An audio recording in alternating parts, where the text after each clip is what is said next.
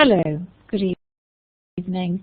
I'm Paula Rothermel, and I'm going to be talking about my current research and research that I undertook when I was at the University of Durham. First of all, a little bit about myself.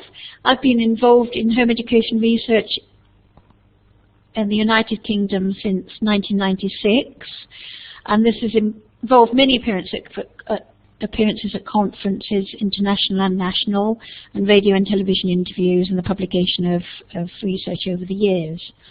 For the last 12 years, I've also worked as a chartered educational psychologist, expert witness at court. I work in any court case where home education is an issue.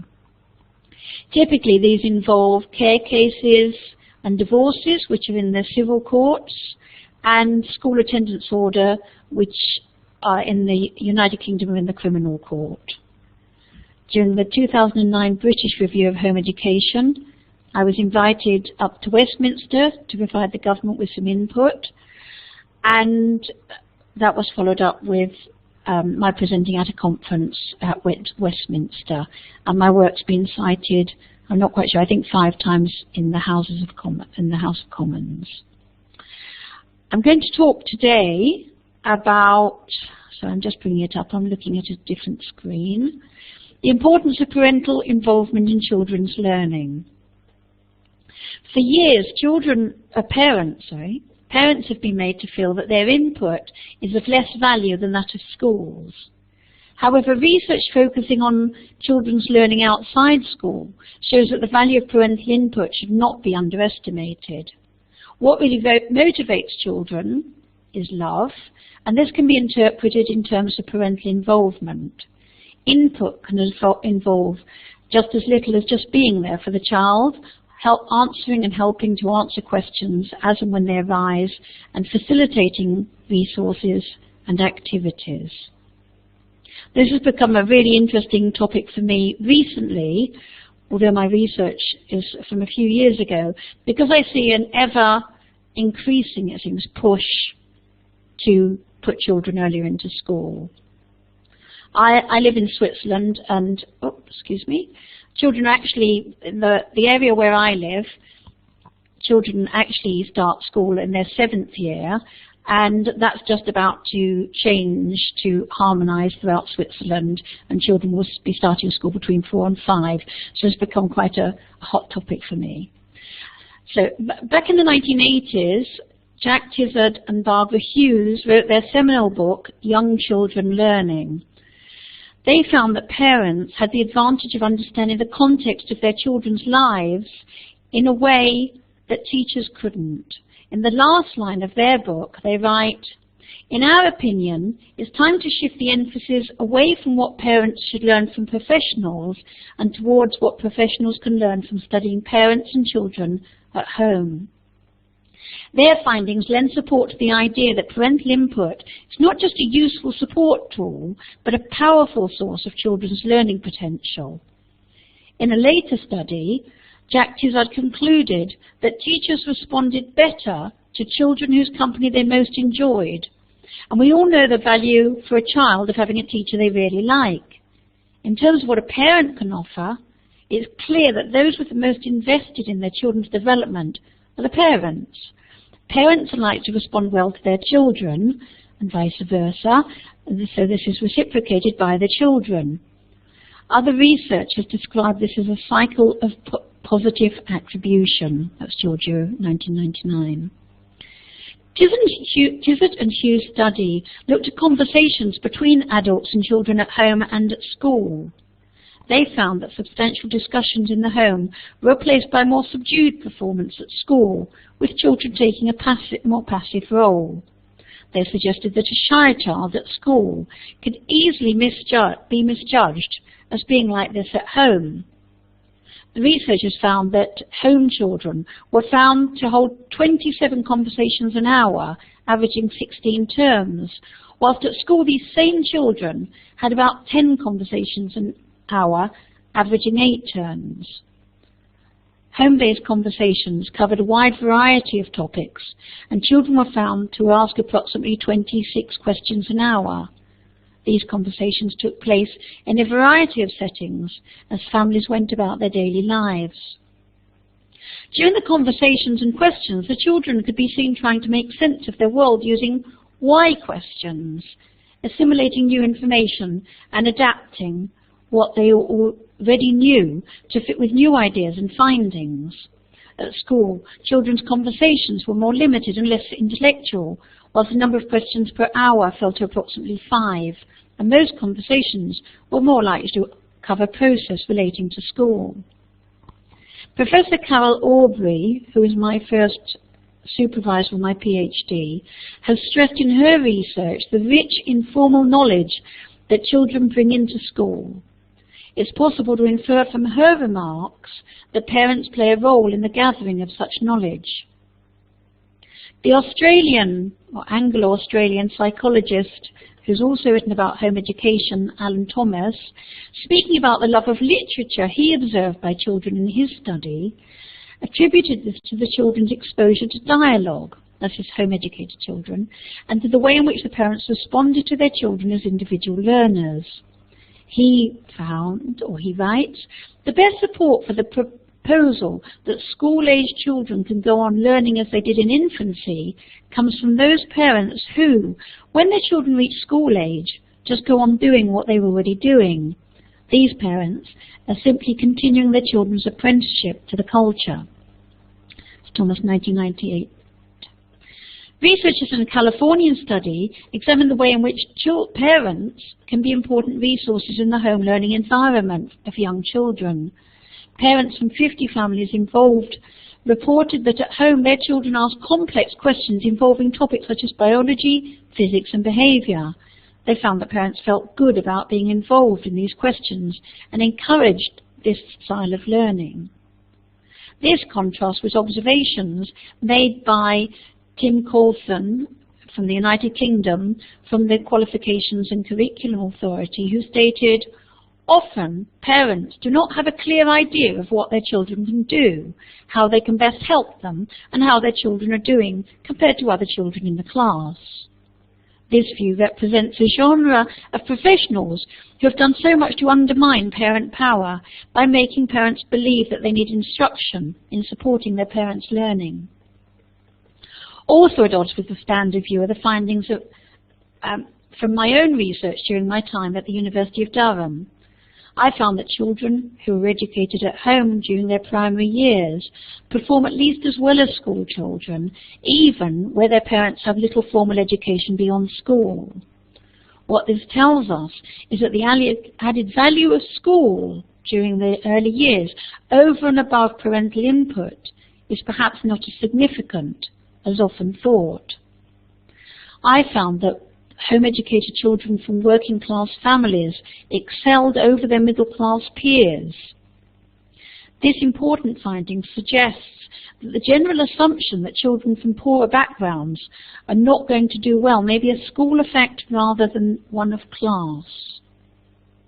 This hypothesis is further supported by government-based research from Deforge and Albashar in 2003 and Silva et al.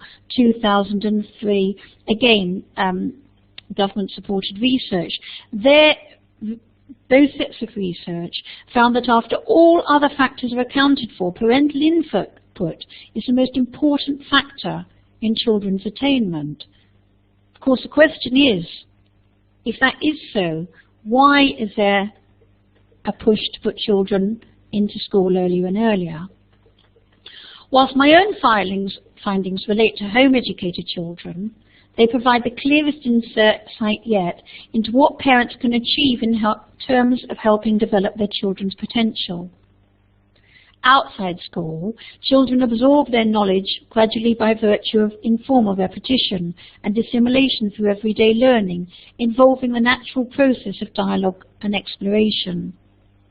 This style of acquiring information has been found by researchers to be more readily retained than that acquired didactically at school.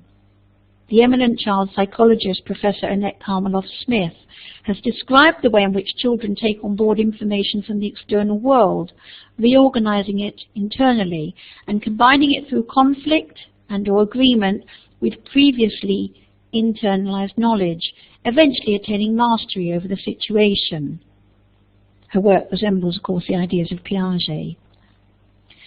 She described this process as representational redescription, and it is this process that fits so well with the idea that parents are well placed to support their children's personalized learning. Further support for my view that informal learning is an undervalued source comes from the work of Pine, Messer and Godfrey in 1999. They looked in the effects of didactic and guided learning of a balancing task using symmetrical and asymmetrical rods with a fulcrum. Whilst the taught group received instruction, the control group had none, being allowed to practice alone with the rods and the fulcrum. The results showed that before intervention, all the children scored poorly on the task. Following intervention, all three groups improved significantly. The two taught groups demonstrating a substantial improvement over the control group, with significant difference appearing between the didactic and control groups. 1 week later, without any further intervention, the didactic group had regressed in their on-task ability, and the guided participation group had remained at virtually the same level. The control group, however, who had had no instruction, had improved to a level exceeding the guided participation group, showing a rise of 1.3 points, contrasting with 0.07 for the guided participation group and minus 0.43 for the didactic group. This experiment lends weight to Karmeloff-Smith's theory of an incubation period within her representational redescription model, and thus serves to illustrate the ability of children to organize their own learning. In an analysis of over 1,000 lessons, Professor Diane Montgomery of Middlesex University found that 70% of periods where pupils and teachers were interacting was taken up by the teacher talking, whilst just 1% involved cognitive challenges where pupils worked things out for themselves rather than being fed facts. She believes that this is partly the fault of an overloaded curriculum, which leaves little time for creative thought. The findings of Tizzard and Hughes and the other research I've mentioned serve to emphasize the true value of informal and self-motivated learning. I further explored the joy that children children learning informally and families learning together experience. The value of happiness has been addressed by the London School of Economics Professor Layard, who's found that happiness translates into positive financial gain. Thus, by facilitating your children's informal learning, they may become not only more motivated and able, but happier too, which in turn can bring about improved benefits for prosperity. The many findings across the years lend strong support to the lobby for later schooling.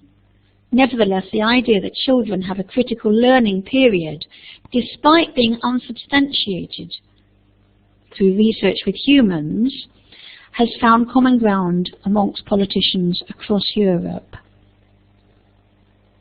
The research we have about a critical learning period, I should add, relates to work with animals and not with children. My own research supports the idea that there may in fact be a leap in learning at about 4 years of age. In the UK, research indicates that this is a result of early interventions helping children to learn. It's said often that school is responsible for this leap, and therefore children should go in earlier so that they can be helped to make the leap even larger, higher. What I found, however, is that children learning outside school in my research learned even more effectively during this time. Excuse me, I've got a fly there. Taking a much larger leap, what that tells me is that this leap is a maturational leap, and it doesn't matter whether the child's in school or out of school, but in fact by having them out of school, their little brains are perhaps even more receptive, and they're not being narrowed down by being guided into a specific curriculum designed by politicians. It concerns me that whilst educators and policymakers think that young children have optimal brain plasticity at this time, that they should use this to pump children full of specific information. My research indicates that this is perhaps the ideal time to leave children alone and let their brains mature without having a government agenda forced on them. That if we are looking to create innovation in our next generation, the last thing we should be doing is prejudicing children's brains at the very time they should be left open to wonder at the world and start to make sense of it for themselves. If I was to have some tips for parents, I was asked this a little while ago, I would say, always answer your child's questions, even if only to say that you don't know the answer. Talk with your children as much as possible. This shows them that you're interested, which itself is a motivation for them. Facilitate your children's learning as much as possible. Help them to join the library. Get out the game that they're asking for. Set up the computer program they want but can't manage by themselves. Always have time for your children. Too quickly the time passes and the opportunity is gone forever. Tell your children that you love them. Research shows that love has a positive effect on the brain and on children's learning. When children know a parent is committed and involved, this motivates them and can override other factors such as being poor, having a single parent, or being part of an ethnic minority. Action speaks louder than inaction. If your child's difficult or challenging, think about how you can alter the environment to one that they find easier to live with. And always have faith in your ability to nurture your child's learning. I'm going to go now onto the screen and just go through my research. My research is now from 2002, but I'm going to talk you through it because that's the basis of what I've been talking about today, and that's where my ideas stem from. And since I finished that, I've been working in the courts and continued with my work with home education. I'm taking it that everybody can see the screen now. If anybody can't, perhaps they can raise a hand and let me know. So my research was home education aims, practices and outcomes. It's based in the United Kingdom, and I've just put up there the law in the United Kingdom. The law makes it clear that home education and school education carry equal weight. The local authorities, local education authorities, have no automatic right of access to your parent's home. Parents do not need to meet the local authority, but they do need to offer some way of demonstrating that they're providing an education.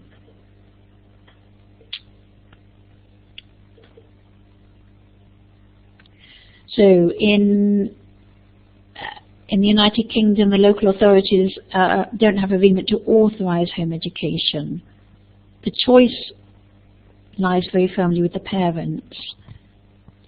Nobody needs a teaching qualification or any specialist equipment. I'm sorry, somebody's just asked me a question. I'm just going to answer that. Did the studies account for elders?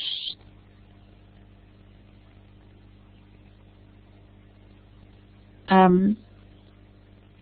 think I'll answer that at the end, if you don't mind, Catherine. I don't quite understand the question. I know, sorry to interrupt. It's all right, don't worry. It's just I can't work out the question. Do the studies account for elders? Do you mean elder children or elders in the community? You're not answering me. We'll come back to that at the end. Do you want me to give Kathy Ann microphone privilege? Now she can ask you. Yes, please. Yes. Kathy Ann, press your talk button at the top, to the left, and you can ask. I'm sorry to interrupt. I was kind of staging that for at the end because I was very curious. I'm interested in what you're saying. I needed to put it down. Right. Okay, so should we go back to that at the end? Thank you. Yeah, okay, Cathy. Right.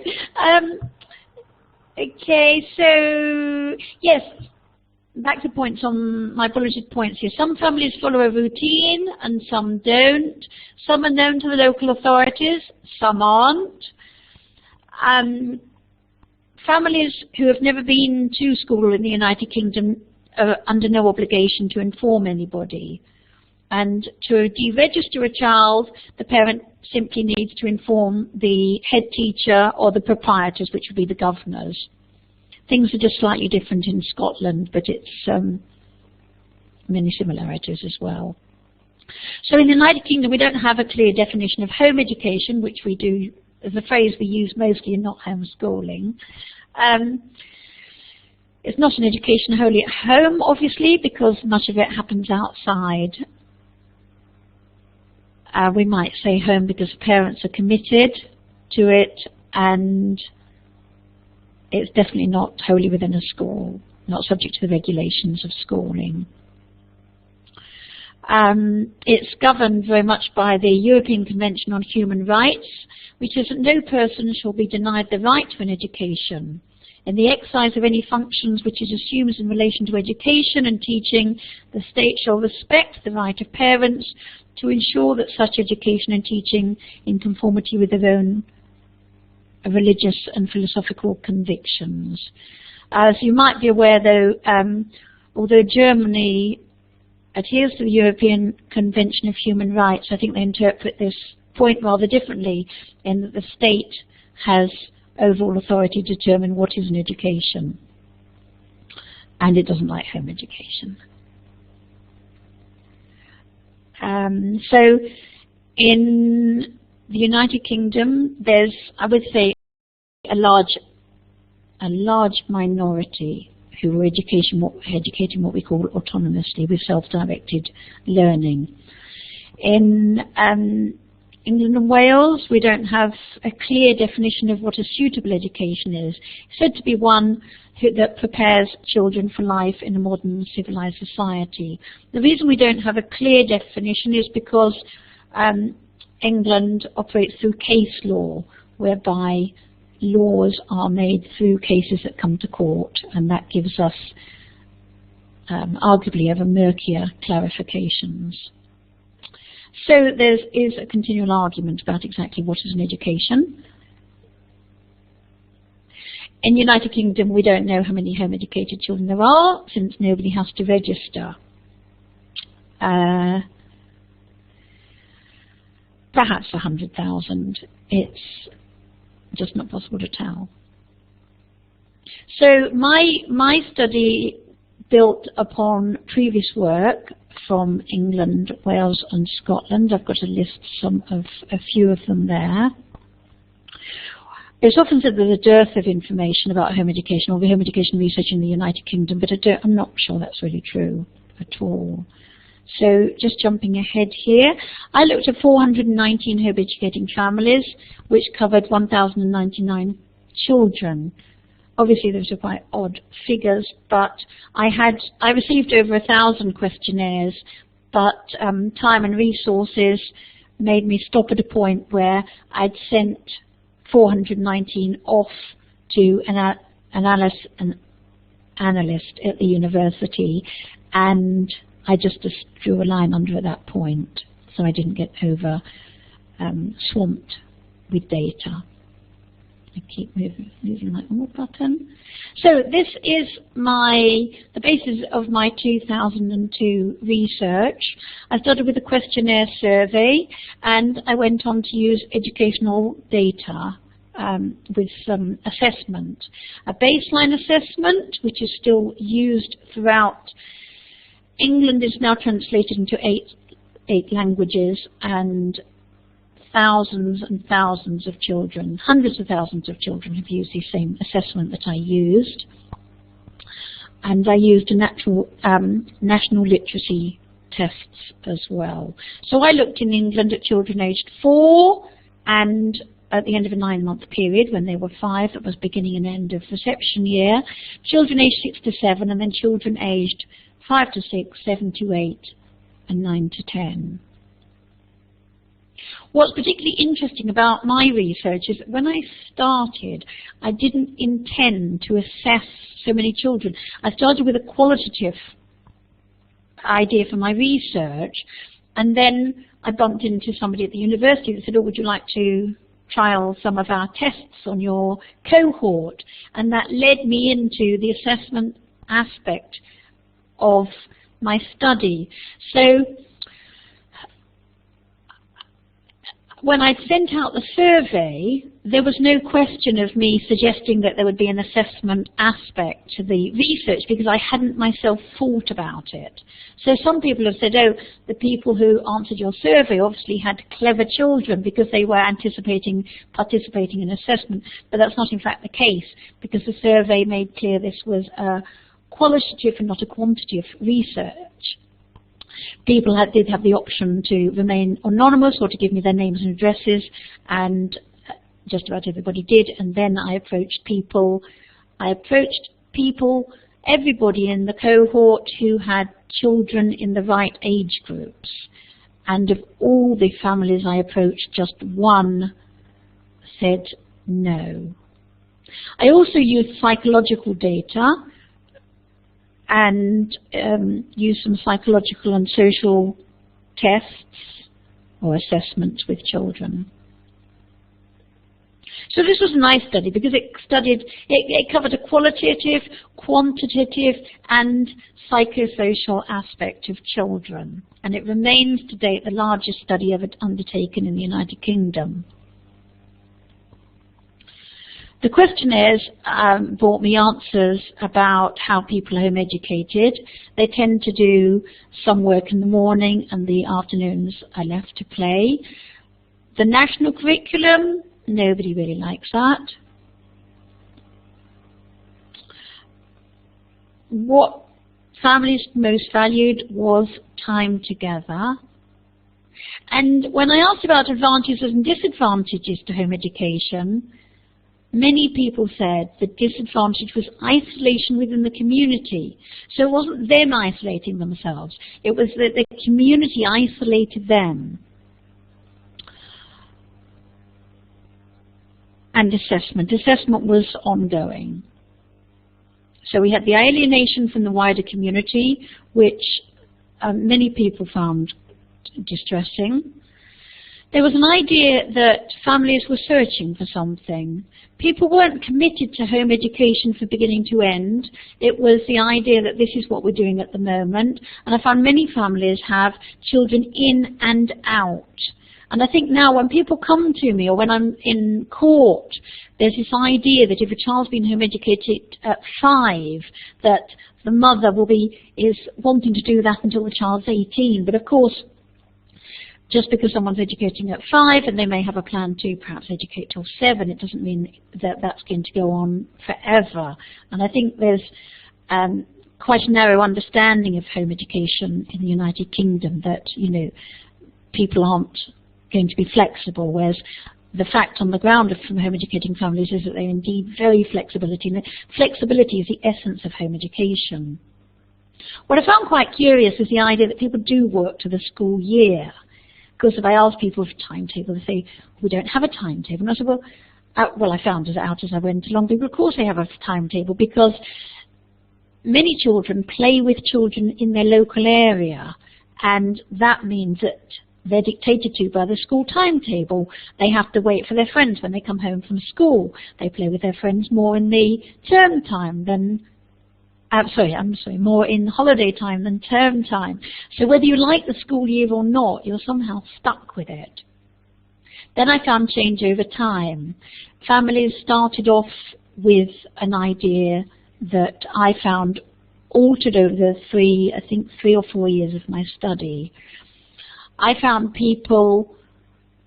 some people did start off with the idea that they would be home educating forever, and that I saw that changing. Perhaps they had 4 children and 1 child went into school over the time I was looking at the family. And the approaches, of course, changed. This is in England, when you do give the local authority notification that you're home educating, they might ask for a plan. And the problem is if you give them a plan, they'll come back a year later and say, did you follow the plan?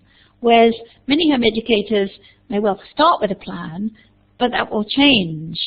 And they change and adapt over time. They change their philosophy. What works with one child might not work with the next. And of course the parents themselves change.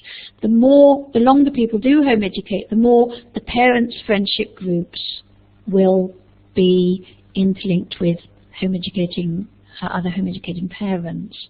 So when I'm in court now, the court of course doesn't understand that home education is a lifestyle choice, and by determining that a child should no longer be home educating will have repercussions for the entire family. What I found which was curious as well was a lot of long-term breastfeeding. I got to recognize that as the years went on. I'd started out at the beginning, I probably thought that people breastfed for a few months, but then I realized that people breastfed for a year, and as the research went on, I realized that I was visiting families that were feeding perhaps 3 children, of 1, 3, and 5. Of course, if you're home educating, you need to keep at home the equivalent of one income, or lose the equivalent of one income. And so once the mother is not working, I found that people that might have started off with 2 children, before long, if the mother's not going to work, they think, well, why not have another child? And of course, if you don't need to stop breastfeeding to prepare the children for school, well, you might as well keep on at it. And then finally, as I've already mentioned, I found the joy of home educating. Families thoroughly enjoying home educating. And again, this is connected with the lifestyle aspect of home education, that it isn't just about education and opting out of school. It is a style of life that brings with it great enjoyment for the parents of being with the children. I should just go back, actually, one aspect I don't mention here, which I found really interesting, is as particularly with the parents whose children come out in secondary school, is that those parents may well have left school themselves at 15 or 16, but as they wanted to keep up with their children, they started to study. And the more they studied, then they started after a while, and I found this in quite a number of parents, they started doing distance university or night school themselves. And as time progressed, they then wanted a job. And so sometimes before the children had finished their secondary age education, and sometimes afterwards, the parents went into the workplace, but at a totally different level and an earning capacity. So through home education, the parents raise their earning capacity by educating themselves when they may, as I say, may have left school at 15 with no qualifications. On my baseline assessments with the young children, I found that 64% of the children scored over 75% on the assessment, whereas nationally we would expect this level to be just 5.1%. End of reception data, which we're going to see on the next slide, suggests that their progress over the year was less than that associated with school-teach children, but that was offset by the home educated children's high baseline scores. Oh, somebody says, wow. Right. I think it's not that home educated children are more intelligent. That would be rather a bizarre thing to think. I do think there's some merit in the idea that children become, as they're following the national curriculum, their awareness of the world about them becomes narrowed, whereas my children didn't have that, and I think that's why they scored more. Here we go. Nice picture here. Here we've got the average national score of 54 here at the bottom. The blue dots are my children. As we can see, their average score is 97. So my children I say my children. This is my cohort. There's about 35 children in this group, scoring nicely above the national average. These are supposed to be non-curriculum based tests. Here we have the end of the section maths. You can see that my class mean is going in line with the national mean, which is lower. But of course those children are being taught some maths, and my children, for the most part, are being taught no maths at all. And look where they are. Nice and high. With reading, we can see them converging, but actually in my work with the older children, 6, 7, 8 and 9-year-olds, they still hadn't crossed. So my children are slowing down, and the national mean are going up more steeply, but mine, until they're entering secondary school at least, I can say that mine was still ahead. I found that children from the lower end of the socio-economic class scale significantly outscored those from the upper spectrum of the scale. Now the reason I think this is that, it's slightly convoluted, but although the test, the PIPS test, is supposed to be non-curriculum based, of course it's designed by people that are very aware of the school curriculum.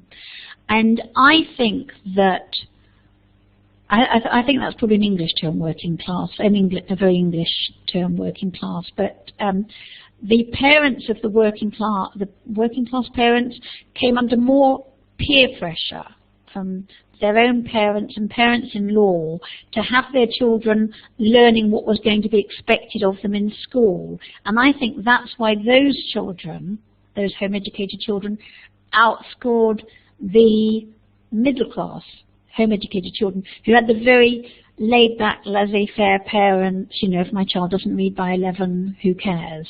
And nobody really watching them in the way that the children from the poorer families had family and local authorities on their backs.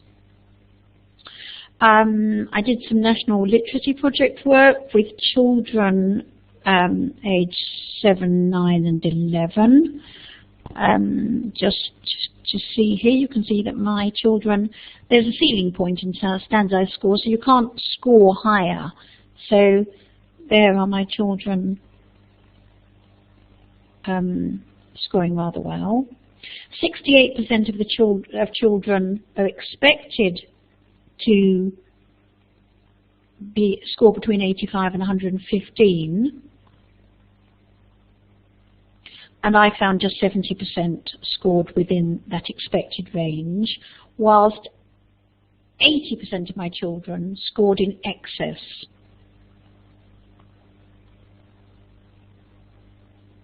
With 19 of the children scoring, well, actually scoring above the highest measurable. That makes sense because they're standardized. They just have to sit on the top line. Working with the idea of a bell curve distribution. I'm sorry, I haven't got a picture of a bell curve, but I don't know if you can see my mouse, but it would just go like that, looks like a bell. We expect to find 16% of children in the top band. Percentages of the home-educated children in this score band for literature were as follows. We can see that it's above 16% in each case. And in maths, using that same concept, you can see again the home-educated children scored rather well. And these are for the most part, are children that are not receiving tuition. They're not having sit-down lessons at a table. They might have a little bit of informal learning in the morning with parents, but not very much. For my social and psychological data, I looked to see if the home-educated children experienced social or behavioural problems, and overall I found that they were socially adept and didn't display any behavioural problems above the norm. What I did find is that they had some problem with negative aspects, such as being criticised, and I think that's because they were learning in a positive attribution environment, and perhaps weren't so good at handling either making complaints or receiving complaints. But I would argue there's plenty of time to learn that in the future.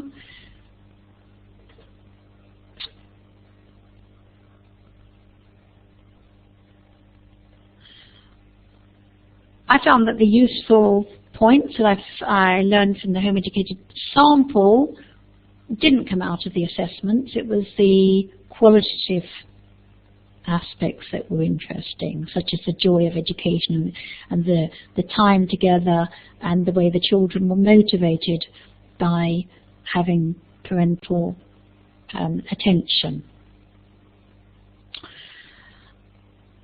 I found poverty was an indicator of poor academic outcomes. I do tend to think that that is school that introduces the poverty aspect.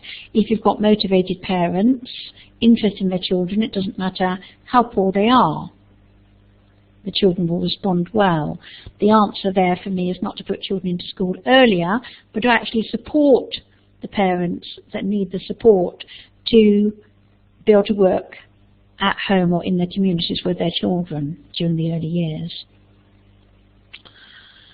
There is a possibility my children performed well in the tests, because I always say they were sat there with a cup of cocoa and in an armchair perhaps taking the test, and not at a hard wooden table in a row. In terms of the outcome of my assessments, the parents certainly underestimated what their children could do. That was quite interesting. It was quite an exciting finding. Some parents say, oh, little Johnny can't read at all, but little Johnny could actually read because he'd been watching his parents read. There was evidence that children had quite a good idea of their own limitations and knowing what they knew and what they didn't know. Learning in families was negotiated and differentiated for each child. The test results gave no real insight into what these children knew. My research found that children's learning was best described as multi-directional and multi-layered. And that's not a model that's provided for by a standard test. If agencies adopt psychosocial norms by which to judge such children, they're almost inevitably going to find these children to be outside the norm.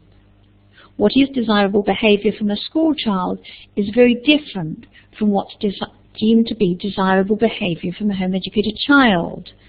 I found that in, for instance, one of the items in the psychosocial assessments that I used ask if your child enjoys their own company, and if the child doesn't, if the answer is yes, then the child scores more lowly than a child that says no. But of course, a home-educated child, not to say they spend a huge amount of time necessarily in their own company, but they do learn to be with themselves, and it's not seen as a negative aspect. Of course, many home-educated children actually tend to be in quite large families, as it happens. But still, then there's such as some time on their own. In conclusion, from my research, I found that children demonstrated high levels of attainment of good social skills. Common to all families was a flexible approach. The children benefited from parental attention and the freedom to develop their skills at their own pace. Families enjoyed strong bonds, and parents were committed to providing a nurturing environment for their children. Thank you very much. I'm going to look at questions.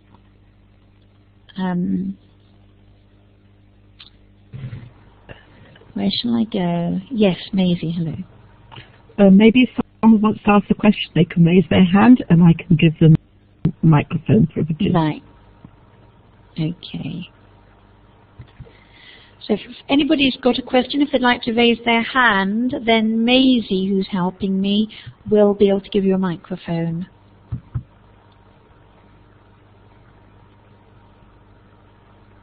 Are there no... I can't see anybody's got a raised hand. Yeah,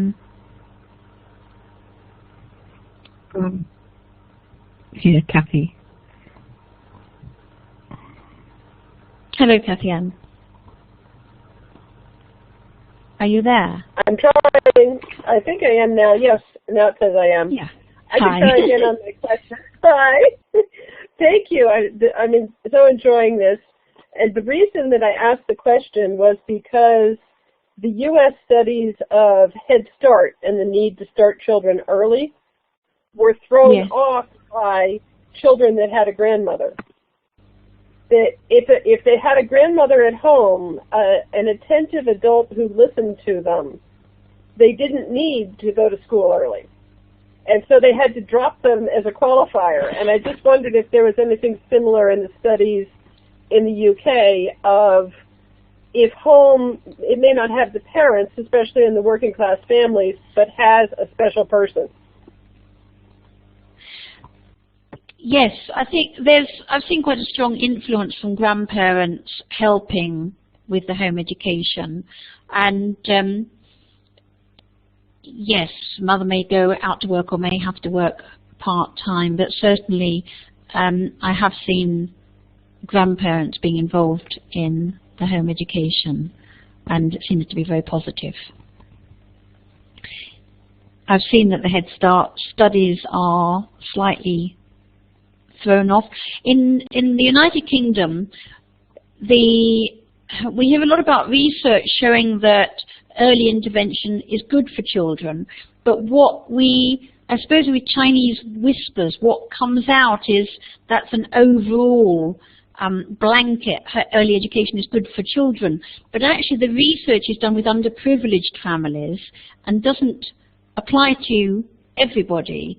And as I've said, to me the answer then is not to take these children away from their parents to put them into school earlier, but actually teach the parents, or help the parents rather, and encourage the involvement of other family members to support the children within the home environment.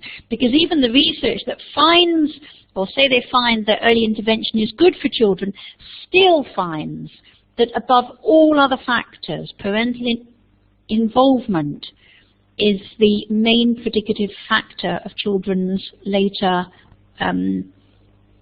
good well-being, or good education, or good learning well-being, overall good mental health in the future.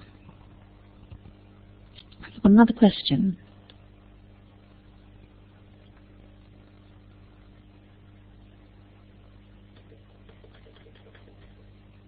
Tara, are you still here? She's gone. You asked about class differences. What? Could you clarify that, please?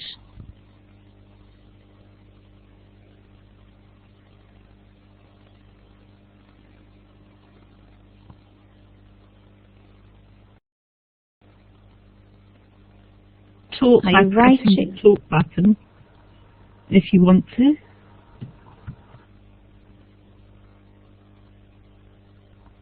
Are you talking to Tara, Maisie? Tara, do you want to press you've got the microphone, would you like to press your speech button?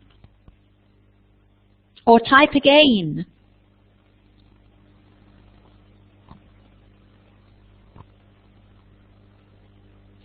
No typing.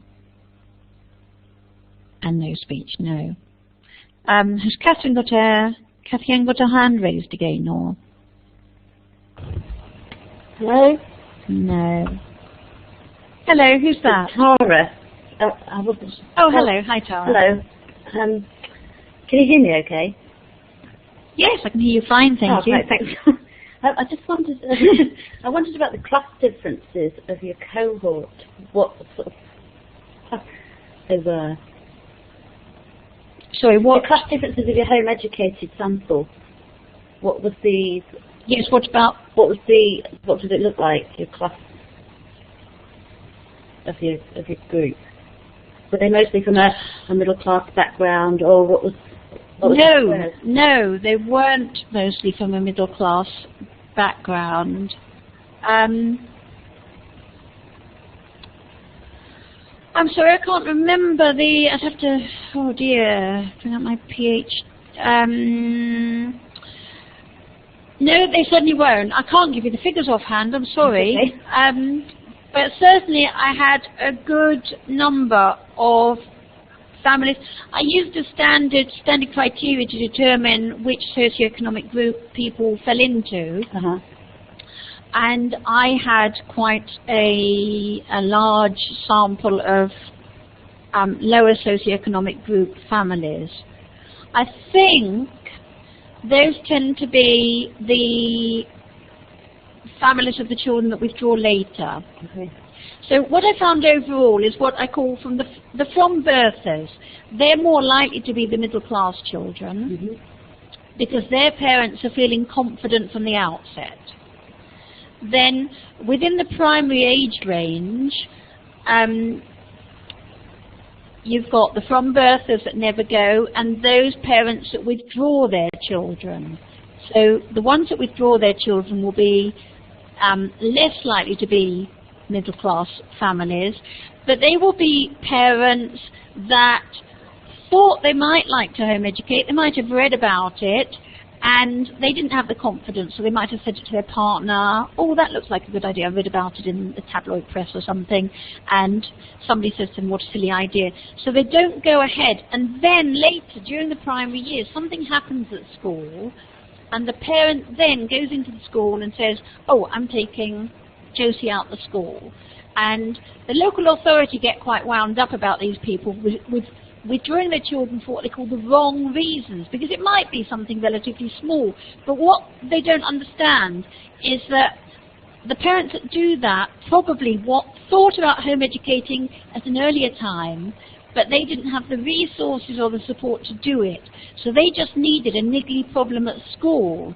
So they've not actually taken their children out of school because of that problem. It's just that problem has given them the excuse. So in all the primary years, that's about half of the children, I think, that home educate. And the rest are those that withdraw in the secondary years. And they tend to be probably the children from the poorer families. They will be parents that have never ever thought about home educating. And they really withdraw the children because their children are in a desperate situation and the parents are desperate and they've explored other options perhaps with the school and then they withdraw their children. And those parents are the ones that start studying themselves to try and catch up or keep up with their children. Thank you. You're welcome. That's really helpful. Thanks very much. Thank you.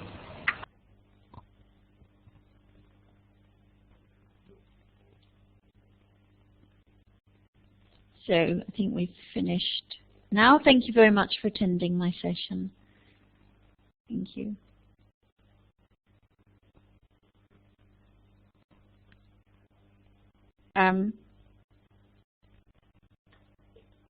Macy, I can't. Does anybody have? Oh. Does anybody have any more questions? If not, then if you could press the recording button again so that we can switch it off.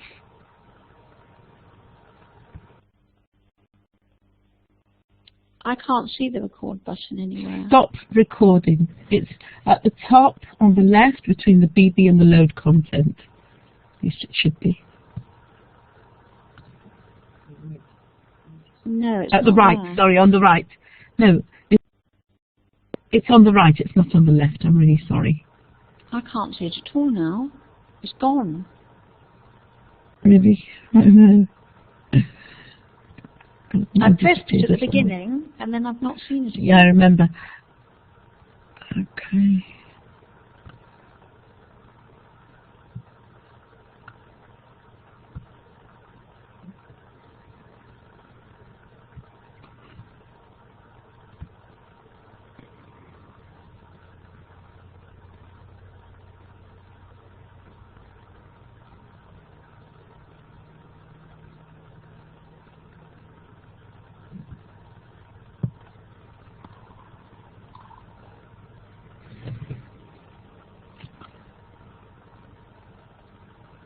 You can't see anything?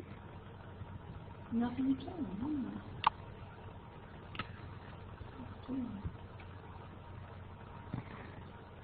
What do you see at the top on the right? Do you see a BB with a blackboard like that? Yeah, BB load content and the I. Okay, and you can't find your recording because mine disappeared as well. I haven't been able to find mine either. So. Oh dear. Do you think we're not really recording? But I pressed it, didn't I? Yes, it was recording as far as I remember, yeah.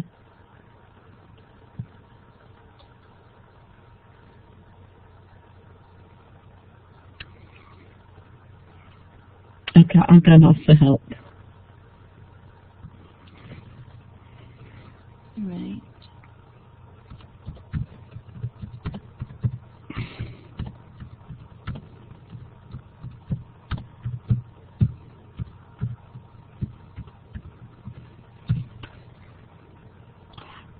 I've asked Steve to come, hopefully.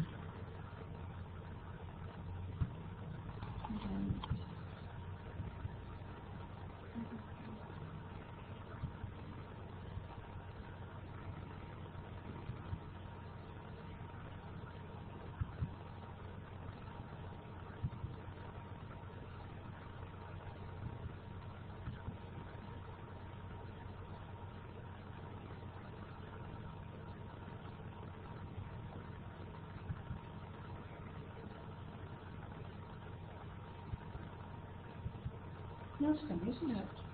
That's odd, isn't it? Yeah, weird. Yep. Oh dear. And there's no timer where we're... Yeah, I'm just asking Steve to help us. Oh, good grief. Let me just...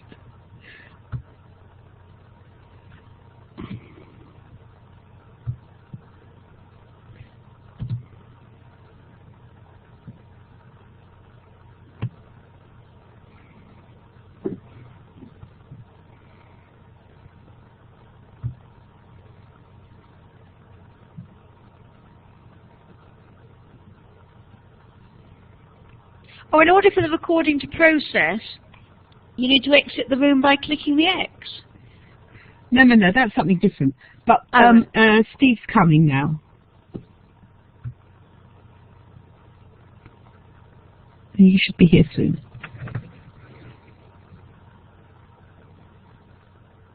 Because I also don't have a record button, so I can't do anything about it either. It's funny that yours has also disappeared. But you did see it at the beginning, didn't you? Yes. I saw it and I pressed it.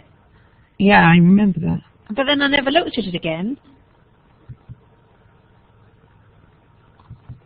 Yeah, he's having problems with someone else that they can't hear the speaker, the presenter.